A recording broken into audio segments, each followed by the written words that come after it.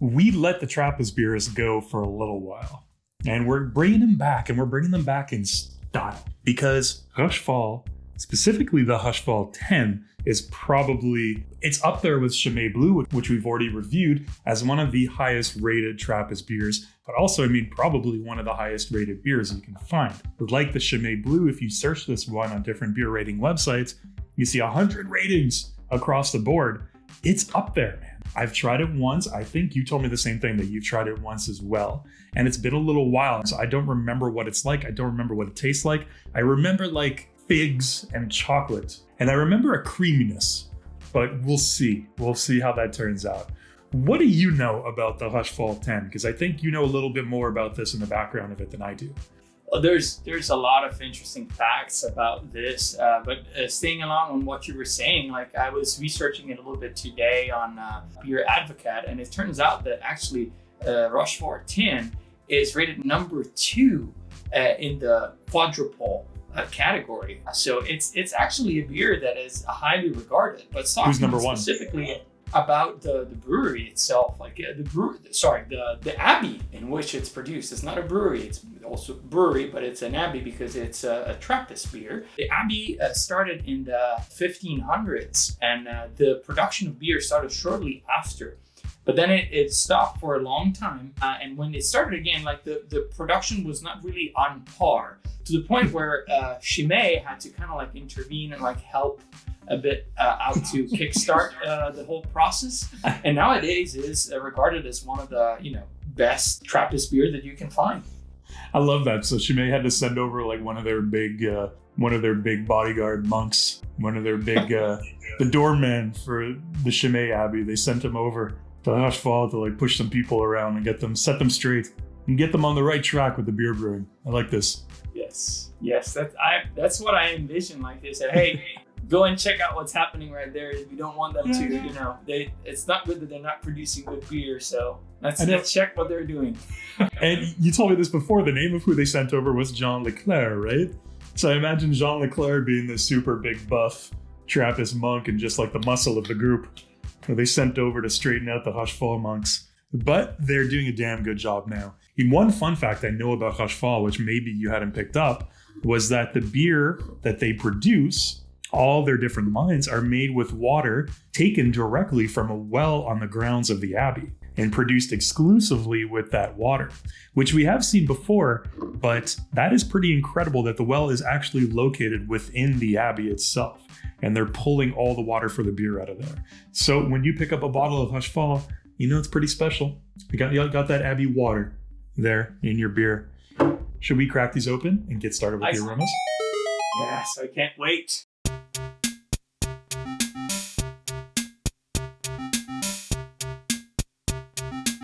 It's time. Woo! Mine exploded. Couldn't wait to get out. They couldn't wait to get out. So that has got this light brown coloring to it, which is unbelievable. It's got like a little bit of opacity and transparency there. It's got a pretty thick head. So there's a decent amount of carbonation, but that light brown color is absolutely amazing. Oh, wow. It's amazing, my friend. Sorry, I got distracted. I got my nose into the glass for a second. I got distracted by my beer exploding, but hey. Wow, that is an aroma. Please go right in. Let me know what you think. Oh my. So you are right on the figs, but I would say more dried figs, like extra sweetness. Chocolate, definitely. Mm-hmm. I would also say it has a little bit of earthiness, which is very subtle and just kind of like binds all the other aromas together. Ooh, yes, like that like sweetness, fig, prunes. Chocolate, oh my, this is like, the moment I put my nose in, I just couldn't wait to jump into the glass and get a sip. Like there's so much going on. Like this is a 3-on-3. I don't even need to think about it. There's so much going on, right? It's crazy. You definitely get the prunes, but that sweetness, I get almost like a toffee or a butterscotch kind of sweetness to it. prunes. I mean, I read a descriptor of cloves in the aroma beforehand. I'm not quite getting that as strong as the others, but you can kind of discern a little bit of a clove smell in there too. Dark grapes as well. But you know what? Kind of like wine-making grapes. You know, like those really, really dark, bitter, sour, kind of dark purple grapes. It's almost like a port, you know? Yes, exactly. That combined with like a sweetness, like almost like a caramel. I know down in the States, you guys like to say caramel. I say caramel up here. Caramel. Caramel. Exactly. It's caramel. It's caramel. Come on. It's a 3-on-3 aroma for me too. Shall we? I think what we should do is we should give it a little refresher. Oh, yeah. My bottle is still soaked here. And go in for the taste. Cheers, my friend. Cheers.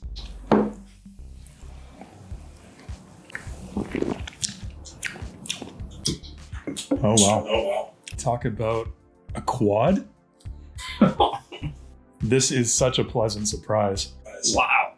So it's like you said, it's an incredible surprise. So you get that initial sweetness, but it's very subdued by some other notes that are happening. There's acidity. Bitterness is there, but it's masked. You can't really tell it's there. But what I really taste a lot of is that savoriness, that it's almost like burnt character, caramel or caramel, depending on how you want to say it. But like that kind of like nuttiness that is coming through towards the end. But taste-wise, like, wow, what an experience. Like it has this incredible balance in between the elements. That's a 3-on-3 experience for me. Wow. All right, so a 3-on-3 taste for Alessandro. Let's see what I think. Please tell me. I will tell you. Everything that's on the aroma, I find this is one of those beers where it tastes how it smells. There is a really strong bitterness that's there as well, but not a hoppy bitterness. This is a strong beer, right? The ABV on this one is 11. It's 11.5. 11.5. I taste the alcohol a lot in this.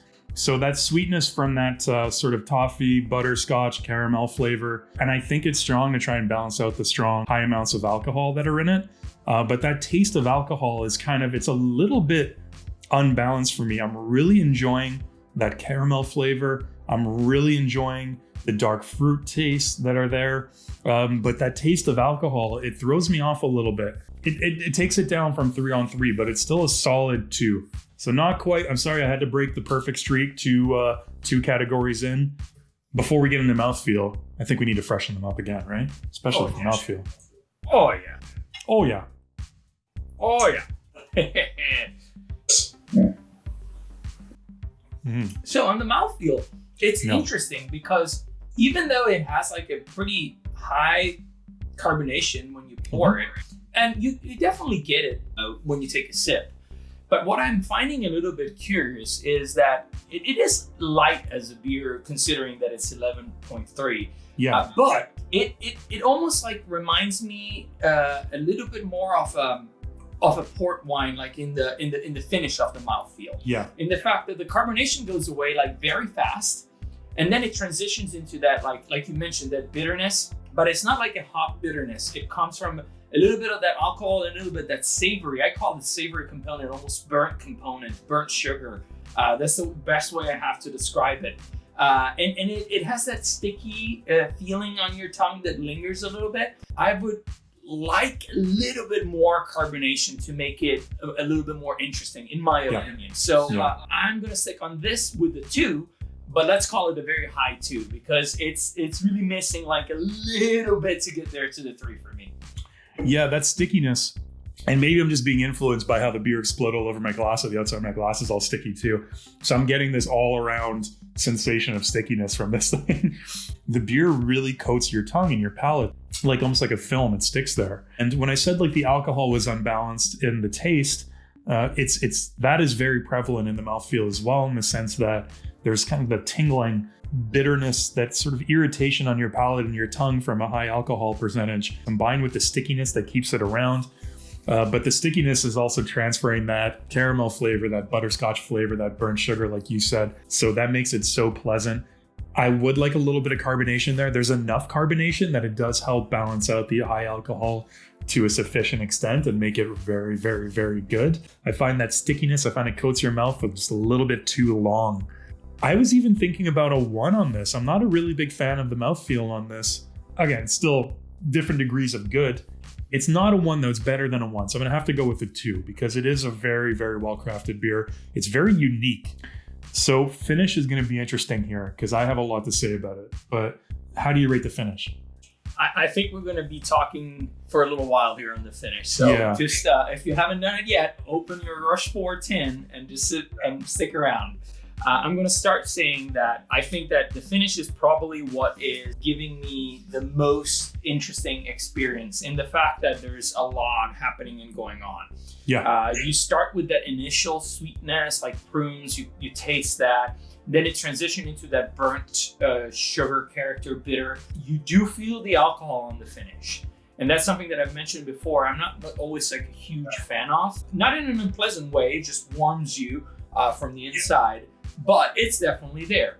But one thing that I find incredibly interesting, there's a bitter character that I couldn't really pinpoint at first, but the more I was tasting it, I started realizing it's almost like a walnut character. That to me comes across like towards the end, at the very finish on the edge, which I find incredibly interesting. So it's evolving because of this different experiences that I am having, and the fact that the alcohol is kind of like bringing it down. If it didn't have that extra elements towards the end, I would probably go with the 1 here. But because of all of this combination, I'm going to stick with the 2. I'm really torn on this one. And one of the reasons why I'm really torn is because this beer has such a good reputation and because it's so highly rated. I don't want that to influence me, but at the same time, I don't want to come off as being too picky or seeming like I'm being too critical on something. Or maybe it might come off as being too critical because it's so highly rated and you want to kind of go against the trends in that sense, which isn't at all what this is. And again, this is all very subjective and this is all personal taste. I really don't like the finish on this beer. That warming feeling that you described, that how you feel the alcohol after you drink it, it sticks around. It's kind of like taking a shot. When you take a shot of whiskey, let's say, and you feel that warming sensation, you salivate, you have the warming feeling in your chest, down your throat, you get that with this beer, or I do at least. And for some people, I'm sure that is a fantastic characteristic of it. For me, it's just not something that I'm looking for out of my beer. And it's not something that suits my tastes. And I'm also not a big fan personally of overly sweet characteristics in my beer. And what you get on this in the finish is the sweetness. I understand what you're saying about, let's say, like the walnut, or even let's say like a chestnut on the end. There is that nuttiness element to the finish that's there as well, which is really nice. And the sweetness isn't overly potent on the finish.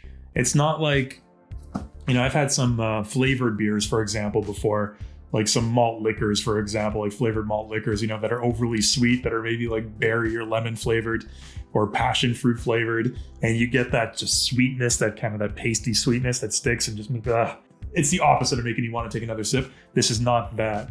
The sweetness is very balanced, but it's a little stronger than I would like it. Even though it's very interesting, for me personally, it's a 1 on 3 for finish. It's like taking, like I said, a shot of whiskey, but I've got it. The finish is like taking a shot of Jack Daniels, specifically Jack Daniels. With Jack Daniels, you get that sweetness, you get almost like that caramelly, that burnt sugar thing you were talking about, and you get the burning from the alcohol because it's just kind of like unbalanced enough that it has that kick. And those flavors are really strong. This is like Jack Daniels for me in that sense on the finish. So, as an overall experience, my friend, what do you think about Rochefort? Well, I think that I like what you said about the finish, and I just want to chime in on what you said. And I think that it's nice that we have different opinions, and that's great. But what I like about it is that we are able to describe what is off-putting for us in the category. And I think what that is the strength of analyzing the beer, because it helps you understand what you like. And this way, next time you can better understand and go for that. So that's awesome. So overall experience, I went a little bit higher, but I think that overall experience, and let me just take the last sip here to just make sure. Got to. Always. I think this is a high 2 because it has, in my opinion, a lot of great elements in the aroma that I enjoy. It has certain notes that I personally like, probably, just because of childhood memories and whatnot. Like I connect to things that I'm happy about. But I think that it can't really push a 3. I've had like this situation before where I had like, 2 3s and 2 2s and I've gone 2 3. Here I'm sticking with the 2 specifically because of the alcohol.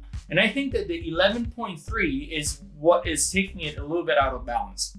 Yeah. I think if this one was like a 10, it would be a completely different experience. Yeah. And I agree with you. I think that's kind of like what is taking it a little bit off the golden standard that we are looking for, at least for us, for what I know we tend to enjoy. If this was like the Prior 8 or the Pater 6 from St. Bernardus, I think it would fit it a lot more. I think the alcohol percentage on this, the ABV, is a little bit too strong. Like I'm actually sweating. I'm sweating from the alcohol. Like I just took 3 shots of Jack Daniels. Like my body temperature's up, man. I'm flush. It's crazy. Like you feel it. But you know what, my friend? This just means one thing. We need to try their other beers because this is their 10. Yes. I know they have an 8 and a 6. If I'm Yeah, not the 8 and the mistaken. 6. So I am very curious, and we're going to go on a hunt for those to try those other 2 because that's going to be interesting to see how they bring those flavors into these other 2 styles. And you know what? The more sips I take on this, if I'm going to be talking about an overall experience, I've had this beer open for about 10 minutes now. The aroma has dissipated a little bit. Every time I take a sip, the finish gets more and more harsh for me. Having this beer open for a while doesn't do it favors, in my opinion. And look, I'm not saying what Alessandro just said. Giving this a low rating doesn't mean we think it's a bad beer. Like Alessandro said, that's the whole purpose of this beer brackets concept. To open a beer, to close a beer with some friends, but also to talk about those beers. That is the originating factor of the beer bracket concept for us. We loved just finding these beers and talking about them and saying what we love about them, what elements we love about it.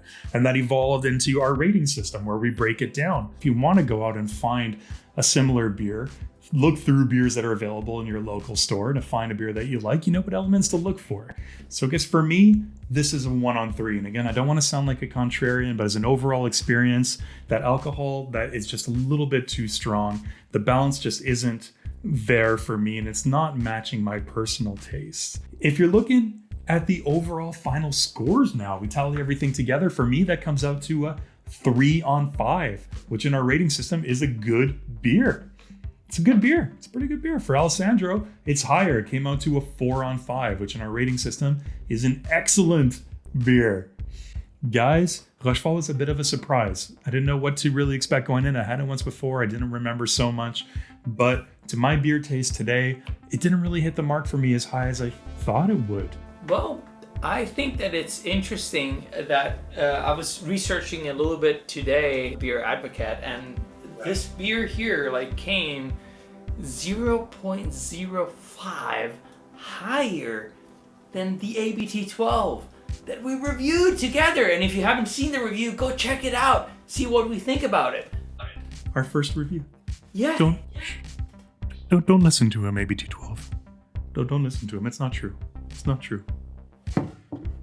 I don't accept that, and please don't anger the monks over at St. Bernardus with those words. I don't want to do that, and I'm sorry if I did. It's just what people think. I don't agree necessarily, but that's pretty amazing that it was that close. Well, it's all subjective, guys, like everything else. Thank you so much for joining us, guys. Like if you enjoyed the video. If you want to keep track of our upcoming content, things coming down the line, subscribe. Let us know what you think down below. There was a little bit of a difference between my review and Alessandro's final score. Who do you agree with more? Whose tastes are more in line with yours? What do you think? Let us know. As always, open and close your Trappist beer brackets. Me with a Rochefort, open with a 6. Have an 8 in the middle, close with a 10. Don't have 3 10s. It's a pretty strong beer. Cheers, guys. Thank you so much for joining us. Never forget to close the beer brackets. Never forget. not true. It's not true. Don't listen to him. It's okay. You're still number one. You're still number one.